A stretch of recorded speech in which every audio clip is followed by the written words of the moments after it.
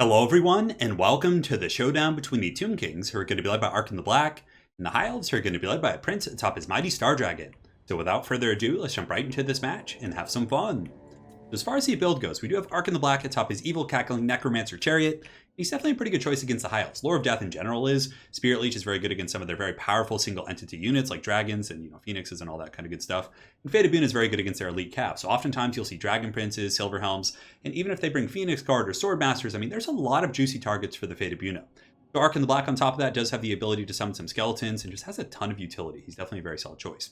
We're going to be trying something a little bit different against High Elves. Now, typically, I'm not a huge fan of Chariots against High Elves because Reavers and, some of these mobile beasts you see over here are very good at pinning down the Chariots and picking them off, but we're going to be trying something a little bit different. The Chariots aren't there necessarily to win the game, more so that they're to just kind of cause disruption and be a bit of I would say, a distraction carnifex. We're going to move forward. We're just going to be running in circles, trying to get our opponent to chase us with his dragons and kind of chase us with his spears and focus us with the archers, right? And while he's doing that, he's going to be taking damage from the Ushabti Great Bows and the Bone Giant over here, and hopefully, the sacrifice of the Chariots, although they might do a lot of damage, will hopefully be for a good cause here. So we got two groups of Chariots, Ark in the Black. On top of that, we do have two groups of the Nehekar Horsemen. They're going to be just harassing the archers, trying to get into the back line. And I was kind of expecting my opponent to have some Reavers. So if he had Reaver archers, these guys are shielded. They have pretty good combat stats. They can chase them. They can put pressure on them. And on top of that, just kind of gives you some good battlefield control. Two groups of carrying up in the skies, and they're going to be serving the same purpose. I'm going to be advancing, trying to halt my opponent's advance here so I can shoot him with the great bows. And from there, hopefully these carrying can get onto the archers. And these are just standard archers. It doesn't look like they're going to be the sisters or the Lothran Sea Guard. So their combat stats aren't going to be that great, and carrying can definitely chew on them. Two Ushabti Great Bows. These guys are one of my favorite units against the High Elves. They just do so much work. I mean, typically High Elves will go very wide with spears and archers and things like that, but occasionally you do see monsters or a couple big powerhouse units that do most of the heavy lifting, right? In this case, it's going to be the triple dragons for my opponent. So definitely some very scary stuff, right? We do also have a Bone Giant. The Boner Giant is quite good against dragons, anti-large, armor piercing. He hits like a truck. I don't know. It might be worth it just to get more Ushabti Great Bows. I'd have to test it a little bit more, but the Bone Giant is definitely fun, and he doesn't do a bad job shooting at big targets. So he's very good against Dragon Princes as well. For our infantry, it's going to be pretty limp over here. We do have two Tomb Guard and then a couple groups of Skeleton Spears in the flank. So the main core of our army is going to be our firepower here, and of course the Chariots and Ark in the Black and all that. So for my opponent's force, he does have the Walmart Dragon, the Costco Dragon. No, I think he has double Star Dragon. Yeah, so two Star Dragons, and it looks like a Walmart Dragon here, which is going to be the Sun Dragon. Spearmen in the front line, 4 archers, 2 Spearmen in the back, and then he does also have a Mage with Life, which is pretty standard. If you're going to be investing in anything this expensive, you definitely need to get Life Magic or some sort of healing, in my opinion. So without further ado, guys, let's get this show on the road. So the Ushabti Great Bow is taking some pot shots in on the archers, but I will rapidly be switching them onto the dragons here.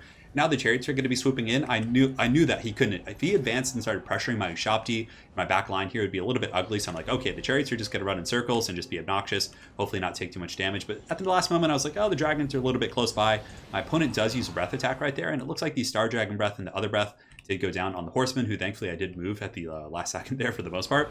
Chariots are taking a little bit of work, but you can see what I'm saying. While I'm running around taking some damage, his army isn't advancing. He's chasing with the spears, and the Great Bows and my other units are going to be shooting the dragons, right? The dragons are chasing. This is great because if he put pressure here, I mean, granted, it would still be hard, right? Because I'm harassing, I'm diving. You can see the carrion have jumped in on the archers. So just trying to do as much damage and harass as I possibly can. It's very similar to my playstyle with the Vampire Coast. With Vampire Coast, I do something very similar. I use not Luther Harkin, but I use Count Noxalis and the Necrofex. I shoot him up with deck droppers, and in the meantime, I'm harassing with dogs as well as Fellbats and things like that. It's a very, very strong tactic. The Prince here is going to be getting a Spirit Leech. Obviously, he does have healing, so Spirit Leech isn't going to be like a make or break mechanic here. But the dragons are, for the most part, shutting down the Chariots, but, they're serving as a bit of a distraction, right? And the dragons are taking a beating while they're chasing them, which is good. The Bone Giant coming in with the massive bow shaft, just giving the Walmart Dragon, the shaft. And the Chariots do get a decent little charge into the Spearmen, who were not braced. They were trying to get in position. Unfortunately, my opponent did brace the other one, so very well played there. The Nehekar Horsemen right now, I decided to charge the dragons there for a moment just to kind of pin them in place and allow me to shoot them. And maybe let my Chariots run a little bit wild here. And we are getting some good charges. The Chariots are running amok amongst the archers. My Carrion, however, are starting to get a little bit worn down, but the Nehekar Horsemen do sneak in from the back. So these guys are going to be coming in with a beautiful charge here against these archers. And hopefully they'll do some pretty good damage. So here they come, archers taking a bit of a beating. And you can see how his whole army's a little bit disconjointed, right? This is good. It really stresses people out when you kind of harass their army on the advance, and it makes the battle a little bit more easier when they do get there. In the back, Chariots are still just running in. They're able to get a nice little charge into the back of the archers, but the Spearmen and the Mage should be able to shut those guys down. And another good play from my opponent, he actually bunches up his dragons and gets an Overcasted Earthblood as well as a Regrowth, so he's going to be topping those bad boys off no problem. And that's why it's so important to get... I mean, if he didn't have healing, if he had any other lore magic, his dragons would just be getting canned and this game would be essentially over. But the fact that he does have healing is going to be really big here. In the meantime, Nehekar horsemen are just riding about, getting into the archers. Some chariots did overcommit a little bit, and I wasn't able to get those guys out, so the dragons are just going to swoop in and just absolutely destroy those guys. And another reason why Ark in the Black is such a good choice when you're using this style of play is that he can use summon. So summoning on an advancing army really kind of screws up the formations. You can see here I was able to summon some skeletons right on top of these archers, and yeah, they're not going to get any kills really. Actually, wow, okay, 24 kills. Never mind, I take it back. They're not going to get too many kills, but nonetheless, they're halting the advance. They're kind of screwing up the AI of these units here, and it's definitely going pretty well. In the back, the Ushapti Great Bows are still shooting. The Bone Giants shooting. We're running a little bit bare on ammunition. These ones are pretty damn low. They probably have 7 volleys, 10 volleys here, and the Bone Giant does have a whopping 8. But that Bone Giant bow is doing some great work. I'm able to overcast his Spirit Leech because he was out of range, and the Nehekar horsemen are just kind of serving as a bit of a distraction. Now for the main army, Ark in the Black does charge in on his chariot. Got a little bit ballsy there. I don't know if I should have done that, but the other chariots are still running amok. 49 kills on these ones, and the other ones only have 7. They really have been taking quite a bit of a pounding here. The summoned skeletons are about to expire, and the High Elf army is looking pretty damn beat up, but I mean, the thing is, guys, when I run out of ammo here, and if those dragons are still alive, I don't have that much stopping power. I mean, Ark in the Black on a chariot is not going to be up to the task of fighting a full health star dragon. So it's really going to rely on these bows, right? And it looks like it's massively in my favor. This whole game, you guys have probably been like, oh yeah, like this is going to be complete domination. You know, a lot of his troops are beat up, the dragons are beat up, but no, if that star dragon and that Walmart dragon live, and I run out of ammo, this is going to be a very, very scary situation. In the meantime, Ark in the Black is still riding around on the Spearman here, getting some decent kills, but it's going to get a little bit scary as he is coming back here. So I drop his Spirit Leech, and I'm going to be switching my focus fire onto him with the Bone Giant here in a moment, really trying to finish off this very powerful Star Dragon. Those things are just absolute terrors in the night. So the Spirit Leech going off, putting it at 300. Here comes the Bone Giant. Oh, and he misses! Like, had that hit him right there, he would have been down for the count, and that would have been huge. But alas, he's going to live. And my opponent probably still has some healing. I would imagine this mage probably has another, at least 1 or 2 more Earthbloods in him, or in her, over the course of the game here. So still just riding in circles, trying to kind of keep my opponent away from my main army, allowing those Ushaptis to keep firing. The Bone Giant or Star Dragon is going to keep chasing down these horsemen, but he's probably going to turn around and attack these Ushaptis here in a moment. But in the meantime, Ark in the Black still riding about, taking some missile fire, so now he's starting to get a little bit beat up. And it's kind of scary because he is weak to fire, and obviously the dragons do fire damage. And this Prince back here is able to heal. A direct hit from that Bone Giant actually breaks it again, I think, but the regrowth is probably going to keep it from running off the battlefield, as it will kind of top it off a little bit. So now this is where things get a little bit scary. Chosen of the Gods have 2 shots left. We're just wasting the Star Dragon. So this is a great situation. But guys, despite all this like harass and damage we've done, I mean, look how beat up this High Elf army is. We've taken pretty much, you know, not much damage. I guess Arkin and the chariots are gone, but bounce of power is still even. And again, ammunition is taken into account as it pertains to the bounce of power. So things are going to get a little bit scary here. So I decided to charge in with the Ushapis here in a moment, or maybe that's a little bit later in the game. I think there's a time where I like try and pin them down. So Ark in the Black is going to be charging in right here, and I kind of was like, oh, the Star Dragon's a little bit vulnerable, it's by itself, but yeah, that giant shaft in the face there, definitely very nice from the Bone Giant. And the Bone Giant has 1 shot left, guys, that's it, and unfortunately his Lord's coming back, and if he's able to get an Earthblood on all 3 dragons, that's going to, I've just had to put so many resources into taking down these dragons. The Spirit Leech is going down, which I should have saved for this Prince here, but alas, I really wanted to burn out the Star Dragon. So we get some good damage. It's at about 1400 HP. The problem being I still think he has a couple breath attacks left. I'm not 100% sure. But the rest of my Tomb King's force just kind of waiting in the back. I'm like, you know what?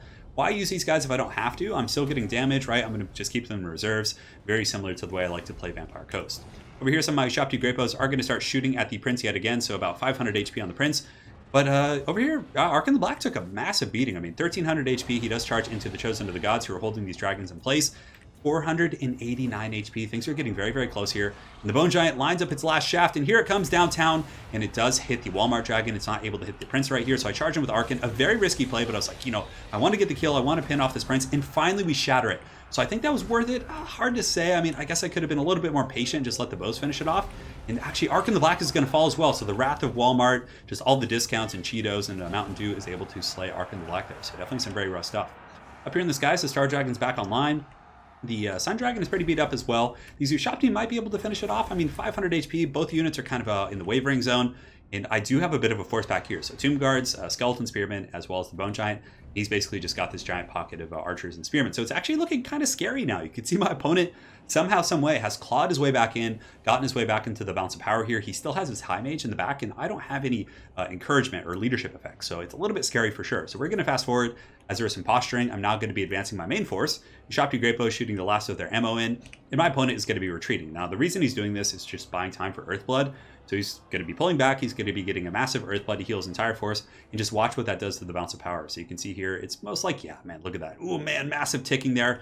So the dragons are kind of splitting up, looking to get breath attacks. They do roast the Tomb Guard, but thankfully the other one's able to kind of avoid that. And here comes the Archer Fire. Now, there is one secret weapon I have in my back pocket. I've been very conservative with it this game. I could have maybe used it earlier, but I think this is the time. I've been saving the Ushapti summon. So I have the summon in my back pocket here. I'm kind of like, I was a little bit bummed. I was like, oh man, he's going to fall back and just keep kiting me until he can heal up, which is going to be really tough for me to win the game. But I was also like, you know what? He's running towards the edge of the map. He has a lot of low leadership units. If I'm able to summon the Ushapti back, well, not low leadership. And High Elves have good leadership generally, but they're beat up and, you know, they're archers. So hopefully the Ushapti summon can maybe drive them off the map. And the Giant, right? This Giant has 8,000 HP. This Dragon has 900 and something. And this guy's 1,400. And the Giant still is a beast in melee. I mean, 400 plus weapon strength, relatively low combat stats because it is kind of an archer giant, but it still can do some work.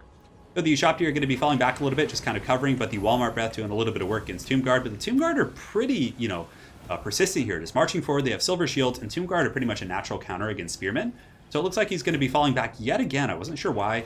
And you can see here that his mage gets a little bit caught up in the Ushapti, who are going to be doing some work, but I think his dragons might charge in now. It's hard to say.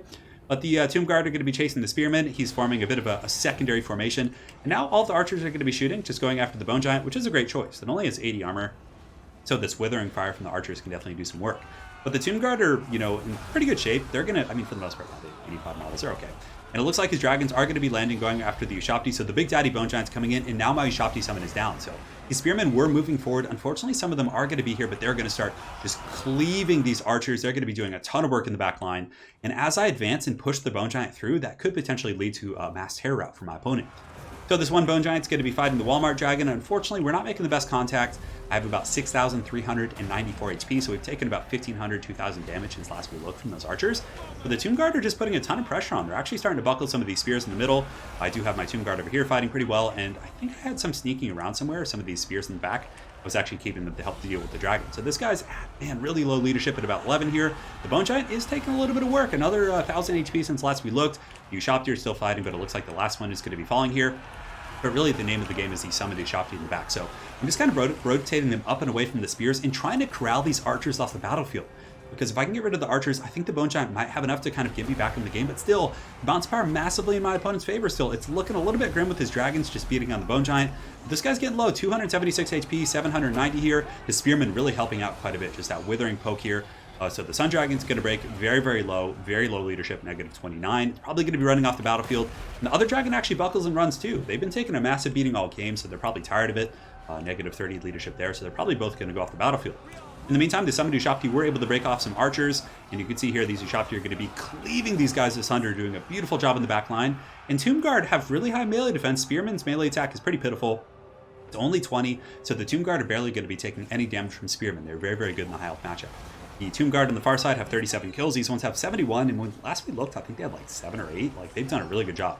The Bone Giant's going to be pushing forward as well. I know I'm taking quite a bit of Archer Fire, so I will be marching back here in a moment. You can see I grab the Bone Giant, I give it the order to march back here, because I know a simple terror route will get rid of these archers, considering how close he ran to the edge of the map.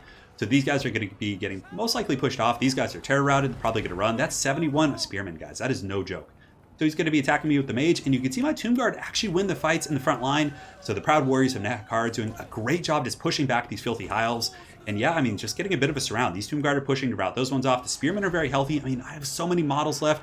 And now you can see for the first time in a long time, bounce power is coming into my favor a little bit, but it's still a very close game. I mean, he has a full health mage here. But again, that Bone Giant is doing work, but it's negative 26 leadership. It's crumbling. My opponent does a really good job rallying these archers in the last second to get a couple more withering shots here on the Bone Giant. But the Tomb Guard are piling in. You can see the mage is a large target. I have a ton of spears left. The High Elf Spearmen are getting a little bit tattered up, and he's going to be charging in with these ones, but I believe I'm able to pull these Spearmen up and around and maybe get some sort of rear charge. But oh no, another Earthblood from my opponent is going to be getting a massive heal on all these troops. And you can see it does affect the bounce power a little bit as we look, but my Tomb Guard, who I did sneak up and around the top with, are able to fend off those archers, which is going to be very nice. But alas, the Bone Giant actually falls to the Spearmen, and the High Mage just took too much poking, and the Bone Giant only has like 20 melee defense or something, so it's going to get worn down pretty quick when it is in melee here. But you know, all the Tomb King's units do cause fear. They are skeletons, so it's going to have a bit of an effect on the Spearmen here in these very, you know, close, tight games, right? Sometimes they'll be sitting around like 5 or 10 leadership. Like these guys, if they were fighting like non-skeleton troops, would not be broken or wouldn't go to the negatives here. But they're going to be breaking off due to the Tomb Guard. And the last of the Spearmen and the High Elves, yeah, they're just kind of buckling across the board. I mean, the High Elves really shine in the beginning of the game when their martial prowess is active. But as the game gets grindier and grindier, it actually, it's actually not going to be as good for them here. So that's going to be it. We actually pull out the victory. My opponent does suffer army losses as the last of his troops do kind of buckle and run off the edge of the map. Absolutely insane game. That was just incredibly close. The chariots, I mean, they served as a bit of a distraction card effects. They did their job, but alas, that was all that they didn't do too well against the dragons. But Ark in the Black did okay. I think the Spirit Leech play was pretty good. I think it was one of the reasons we were able to drag down the big dragons. Tomb Guard were the MVPs. Ushopti and the Bone Giant all did their job dragging down the dragons. But man, I haven't faced like a build like that in quite some time. I'm really used to like Reavers and Dragon Princes and Lothran Seaguard Sisters, those kind of things. But the Dragon Kennel here was definitely pretty scary. I mean, double Star Dragon plus this big angry Sun Dragon. That is no joke. So it was definitely quite a fun build. So again, very well played to my opponent, Hannibal Barca. Look forward to running into you again on ladder, and hopefully you guys enjoyed this Tomb King versus High Elf game. Have an excellent night, guys, and take care.